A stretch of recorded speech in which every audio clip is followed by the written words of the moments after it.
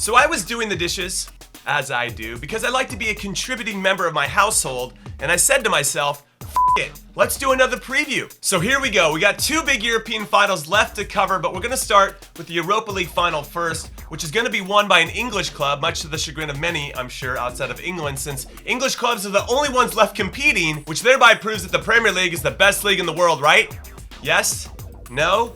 Probably a conversation for another time. So anyway, let's get right after it in Arsenal versus Chelsea. And actually, and I'm not sure if you're aware of this or not, but it's been proven countless times that if I wear your favorite team's jersey during one of my streams or videos, you're gonna lose. And the curse was proven again this past weekend when I wore a Barcelona jersey for my stream for the Copa del Rey final, and guess what?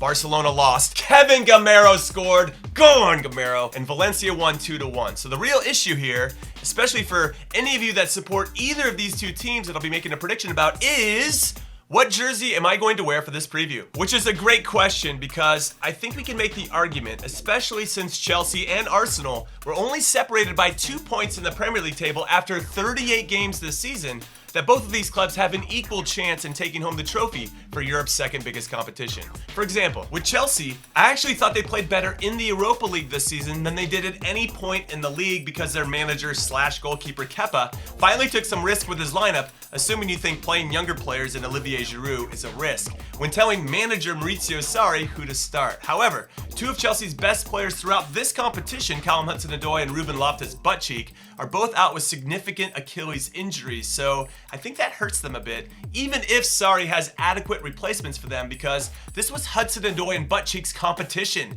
They always raise their game for it. But we could argue Arsenal raised their game for it too. Not that that was too surprising, given that their manager is a specialist, not in failure, but in winning Europa League trophies, which he did to great effect with Sevilla, winning 3 straight from 2014 to 2016. But they're gonna have their injury issues too, most notably with Aaron Ramsey, Hector Bellerin, and Danny Welbeck missing out. And also Henrik Mkhitaryan too, because somehow, some way, UEFA selected a city that is unsafe for him to participate in due to political reasons, which means the city shouldn't have been chosen to be the host of the final in the first place, because it's unacceptable to play a game where the safety of the players is not guaranteed. And in fact, maybe we should have forced UEFA to move it. It feels like that would have been the right thing to do. And it's not like there aren't plenty of stadiums that aren't being used right now since the season is over. Also, the ticket situation for the supporters for both clubs was dreadful. Only 6,000 allocated to each club when the stadium holds 68,000 people. What a joke. I know, right?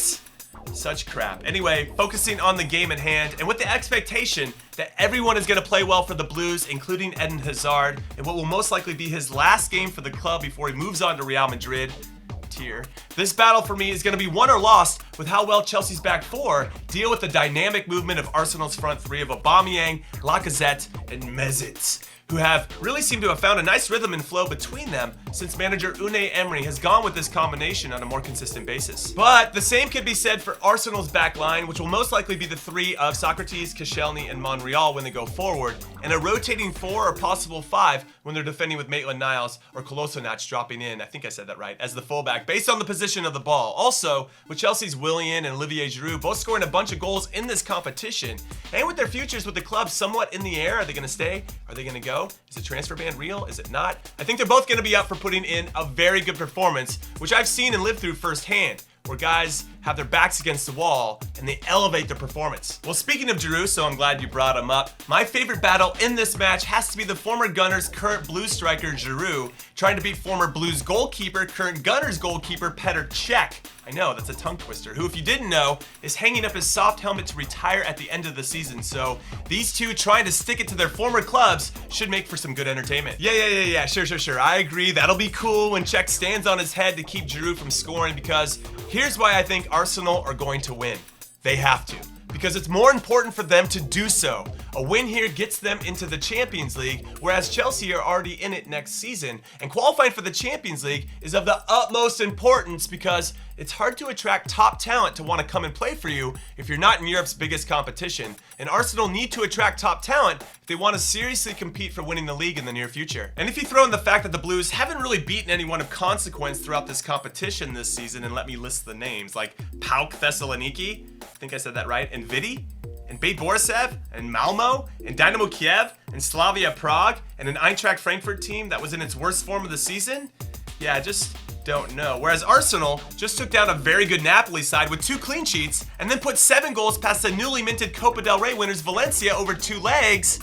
I kind of like Arsenal's chances too. Also, a win here would help the Gunners win its first European trophy since 1994, which I think would be a nice way for the club to start to forge a new identity away from the Arsene Wenger years, which is not easy to do. I mean, just look at Manchester United, who are still having trouble moving on from their longtime manager, Sir Alex Ferguson. But let's be honest, Sir Alex won more trophies than Arsene Wenger. All right, that's a fair point, but Sir Alex can never claim invincibility. Anyway, as much as I want to say otherwise, because I do take just a little bit of pleasure in seeing sad Arsenal fans moping around the internet, I don't think Chelsea are going to win, which means I got Arsenal doing the business in this final unless Unai Emery inexplicably starts Mustafi. Then we're winning it, baby. Please start Mustafi, start Mustafi, start Mustafi, start Mustafi. But I don't see that happening unless he's trying to not win.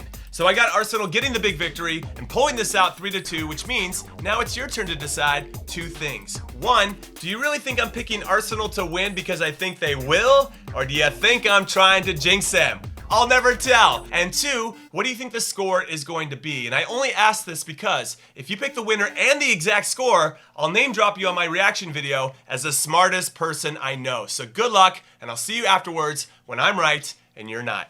Later.